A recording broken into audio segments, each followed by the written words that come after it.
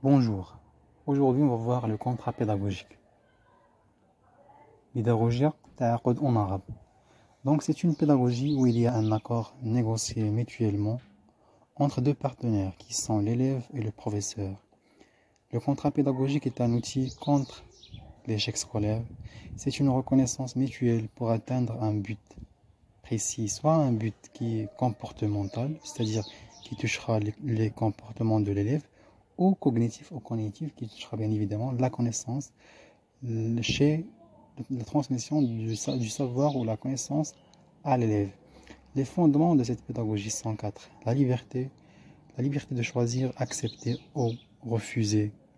Donc les fondements et les principes de ce contrat.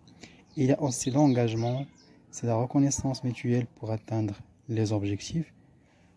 Et 3, c'est la négociation, c'est-à-dire je dois négocier en tant que prof et en tant qu'élève les articles du contrat.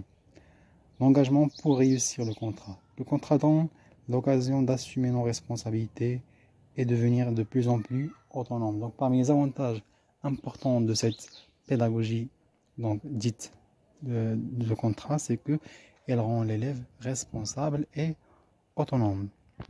Les objectifs de cette pédagogie: donner plus d'autonomie à l'élève, assumer sa responsabilité, l'élève devient de plus en plus responsable. Également, il lui permet donc d'exprimer ses besoins, exprimer son opinion, participer avec le professeur. Maintenant, on va passer pour voir les types de contrats. Donc nous avons des contrats selon les buts, selon le contexte, selon les partenaires.